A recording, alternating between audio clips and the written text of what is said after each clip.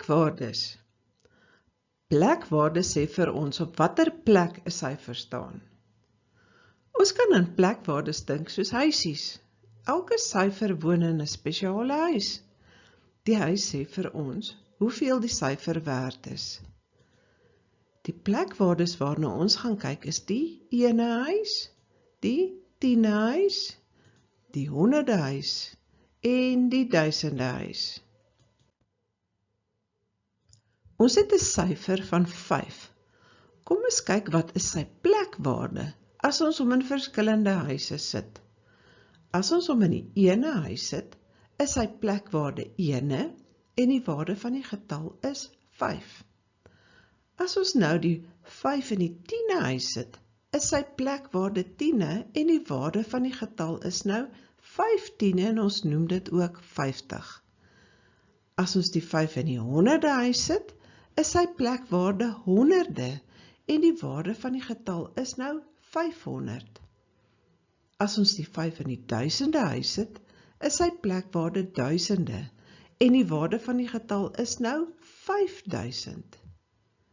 Dieselfde syfer het verskillende waardes en sy waarde hang af van op watter plek hy staan.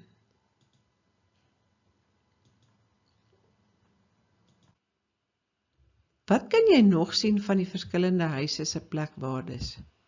As jy van die ene na die 10e huisie gaan, word die waarde van die getal 10 keer groter. As jy van die 10e na die 100e gaan, word die waarde van die getal nog 10 keer groter. As jy van die 100e na die 1000e gaan, word die waarde van die getal nog 10 keer groter. Soos wat ons na links beweeg, word die getalle elke keer 10 keer groter.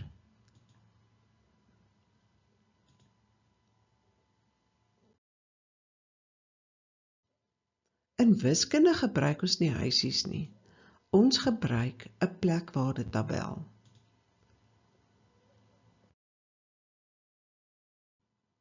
Die plekwaardetabel maak dit vir ons makliker om groot getalle te lees, om getalle te vergelyk, op te tel en af te trek en reg te rangskik.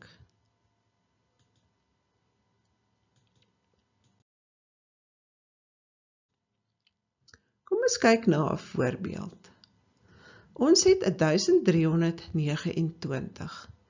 Eers sit ons elke syfer op sy regte plek. Ons begin altyd van regs af.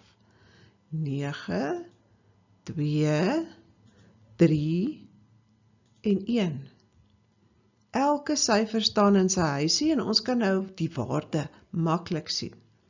9 is 1 of 9e. 2 is 10 of 2t. 3 is 100 of 3h. En 1 is 1000 of 1d.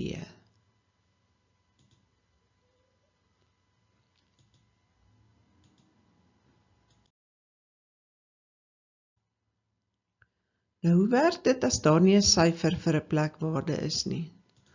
Ons gebruik 'n 0, want 'n 0 word net gebruik as 'n plekhouer. Ons voorbeeld is 3005. Ons begin weer van regs af. 5, 0, 0 en 3. Daar's geen honderde of tiene nie en daarom sit ons 'n 0 in die tabel op daardie plekwaardes.